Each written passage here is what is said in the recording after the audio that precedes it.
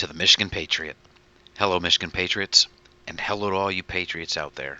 There has been updated information about the trial of the men who plotted to kidnap Governor Whitmer. We know that last October of 2020, the FBI prevented a kidnapping being carried out on Whitmer by a group of men.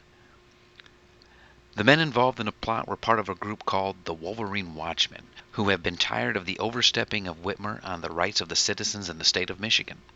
They made claims of Whitmer having uncontrolled power and that there are no checks and balances.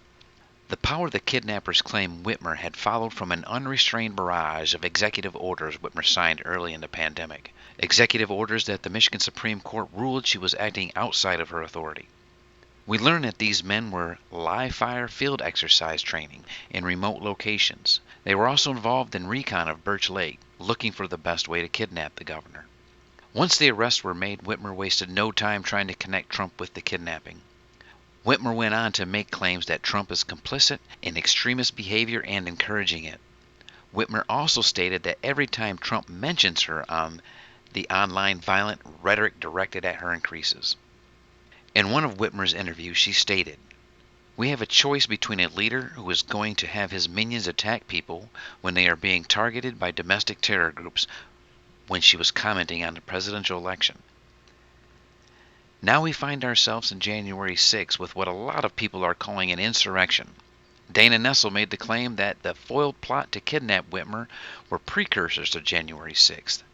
We also read Brig General Michael McDaniel said the extremists who attacked the U.S. Capitol on January 6th likely took ideas and inspiration from the foiled kidnapping attempt. I would say in a way they are both correct. We are finding out more information about those who were involved in the plot to kidnap Whitmer. We are finding that at least 12 FBI informants were involved. We are learning that the agents took an active part right from the very beginning, which is leading those arrested to begin claiming entrapment. We are learning that one of the informants from Wisconsin was organizing multiple meetings which led to the alleged plotters meeting each other and beginning the plan. We learned that the key plotters in the FBI would encourage anti-government feelings. We learned about the FBI instructing an agent to delete specific text that could reveal how the agency was unlawfully furthering the conspiracy. BuzzFeed did a really in-depth article on this with links to court documents in the United States versus Adam Fox. Time and time we have seen the FBI approach, train, pay, and plan out plots with alleged terrorists.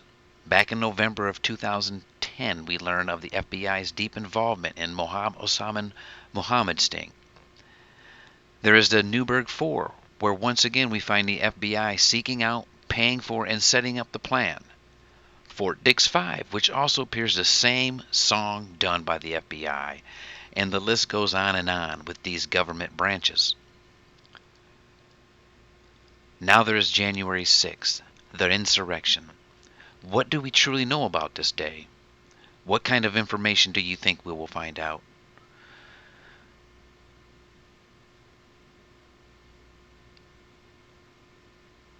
We did find out that the FBI found no evidence that Trump and his allies were involved in organizing January 6th. We know that there was barely any evidence found that January 6th was an organized plot to overthrow the election. There are some questions we need to ask, however. What kind of picture is trying to be painted for the American people? Do these so-called leaders have our best interest? Or are they possibly leading us into dark days? What kind of division are they trying to create between us? Is the new face of terror going to be the American patriot? Stay safe, fellow patriots.